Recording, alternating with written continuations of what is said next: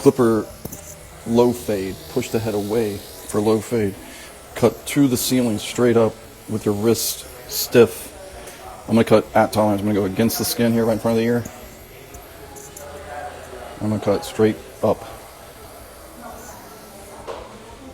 At least that's the goal. I'm going to try to move straight up. At tolerance against the skin.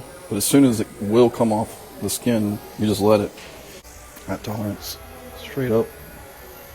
I see it's pushing right there. It's not cutting all of it. That's where I would switch to clipper over comb. The guide's right there. Straight across. I would go ahead and kind of shape up around the face a little bit, depending on what my end goal is. So, alright, on the ear here, tilt it away, at tolerance. I'm still in front of the ear for one more little, go to the ceiling. Go to the ceiling. If y'all can see what that's producing, but it's producing a fade line right down here. By tilting away, I'm keeping it on the low fade. Now I'm going to pivot to behind the ear. And from that positioning of my feet being right aligned right in front of that, and then tilting away from there, I'm not keeping it where it was tilted away. I want to then stand there and then say, boop, and poke him in the eye and push away. And then again, at tolerance, this surface flat against the skin. I'm slightly scooping along with the shape of the neck, and then I'm going to go straight up to the ceiling. Straight up to the ceiling, just really right here and what's in front of me.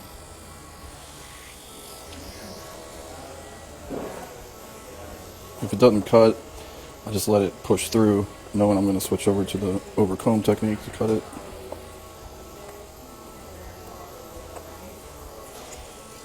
At tolerance, and then up to the ceiling.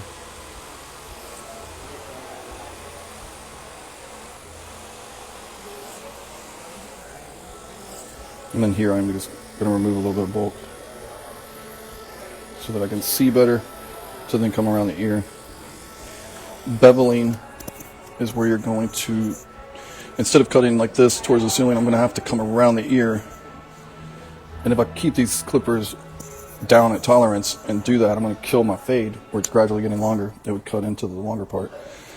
So what you have to do is you have to angle the clipper to perfectly match the angle of the fade that you've started as you come around the ear, and control that and hold it. You can kind of do it from either side. Typically I'd be starting on the other side because I'm right-handed, and I would just go right ahead right off that first section and just go ahead and bevel to the back section that I went ahead and cut just to give myself a better guide.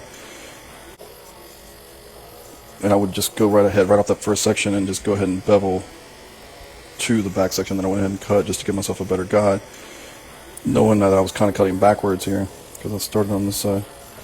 Right here I'm just kind of scooping and cleaning around the ear, and then here I'm moving into the bevel grip as I make that match. And then again, if it's pushing the hair, Tammy's got some gel grouped up in here. I can switch to the over comb technique as it starts to push to take that down.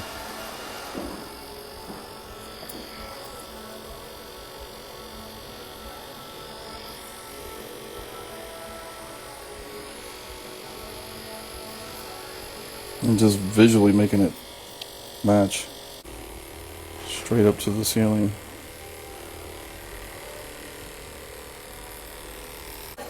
Low fade by tilting away. That's one of the main things I want to show here. Ooh, that hair's rough. Alright, that was low fade. And with the detached part that was lying on top. Kind of a cool mullet effect. But now I'm going to come straight up. Meaning I'm going to do this over. I'm going to show you medium fade. Head straight up. Same movement. At tolerance, straight up to the ceiling.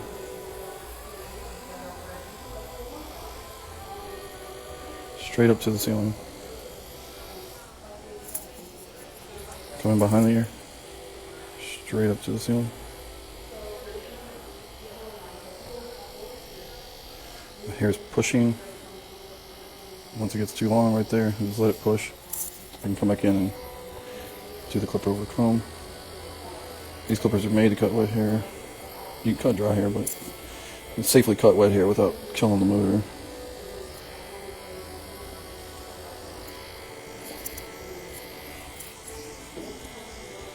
Straight up to the ceiling. Now I'm going to bevel, because now this is a different angle, it changed.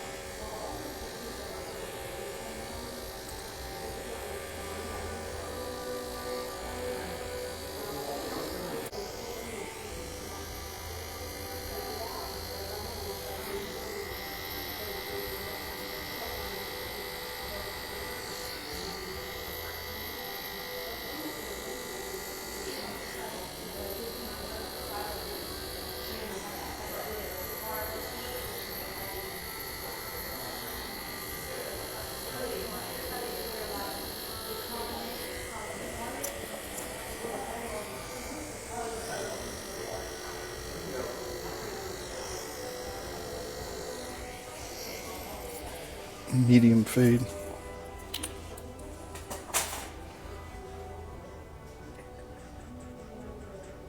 This is going straight up with the head straight up and down.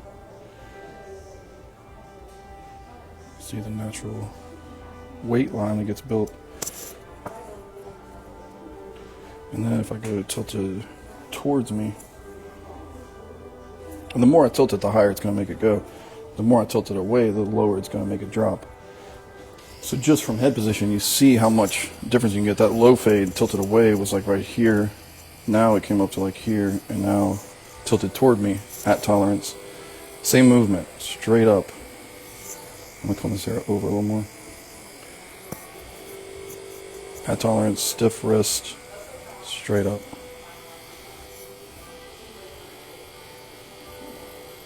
Straight up.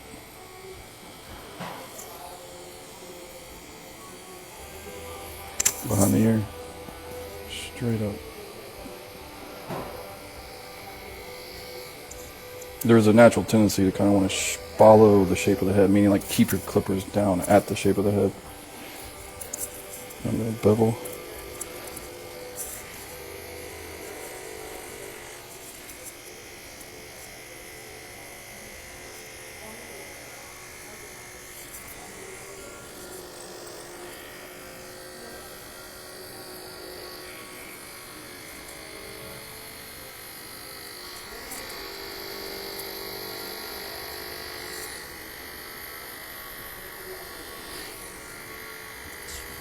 Right up.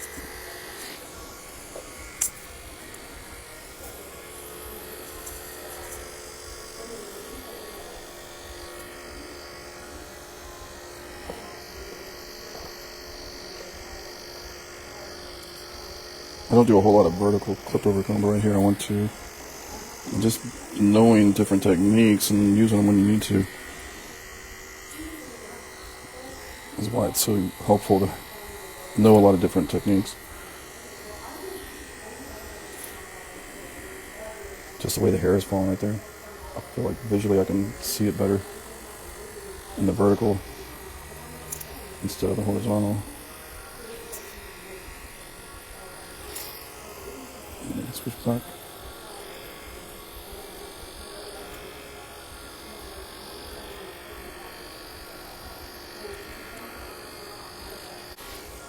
One thing to avoid is like abrupt stopping because I'm moving towards the ceiling. I always want it to go through everything and not come in and do it to like here and then stop and pull away. It'll just unintentionally create a line effect.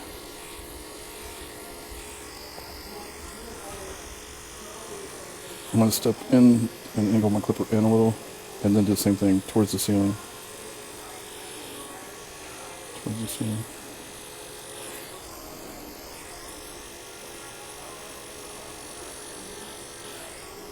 I'm not good.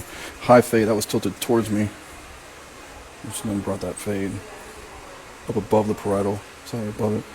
So all the way from there on the head tilted away, up on the head, straight up and down. Tilted toward me, high fade. Being able to flow with it, not changing my blades out, and connecting right into the top as I move. It's just so efficient. And to be able to do that and just move through a whole cut without having to shift blades, especially eliminating the coming back in and having to fan everything out. When everybody punches lines in and then comes back in and has to work it out, it just seems like so much extra work. The only time I would do that is if I wanted a dropped effect of some sort that didn't follow the parietal shaping of the head. And even still, I freehand that. I just go ahead and freehand my visual line. And so I don't go off the shape of the head, but I do freehand. I can kind of show you what it looks like. So if I was freehanding and wanting this to drop, because right now I came all the way back in here, so I do have this disconnected mullet thing going on. But if I wanted to keep this shape and now have it just drop, I can still go at tolerance against the skin like I was going straight to the ceiling, which if I do that, it's going to bring it up to the shape of the head. And I'm really just visually freehanding, meaning I'm going to mix a little combination of beveling right here up into the length that's on top. And there's pushing, which again, I would just switch the clip over comb and remove some weight here. It's going to chop some off so I can visually see it a little better. Bevel. Now I'm not holding it against the skin.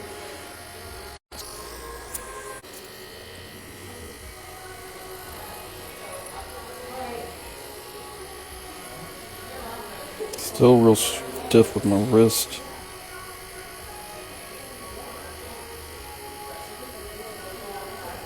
The side. So I'm kind of gradually let myself get down to where it's going to connect to that. It's all about flow. Your dots need to connect in haircutting. Your points. If I know how long I want the top, and I know how short I want the side, how am I going to connect those two lines? Because it can't be done in a straight line. It's got to flow around the curve of the head. And there's a lot of options within how it can do that.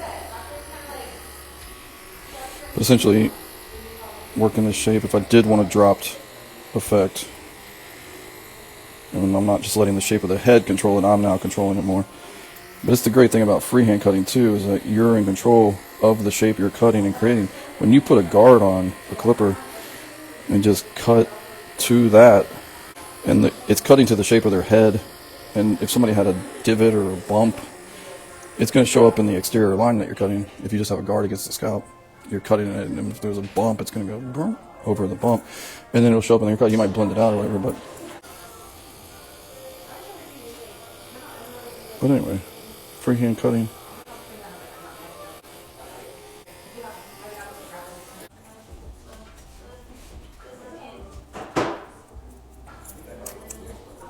Shear over comb. Really just kind of blending and texturizing a little bit here with it.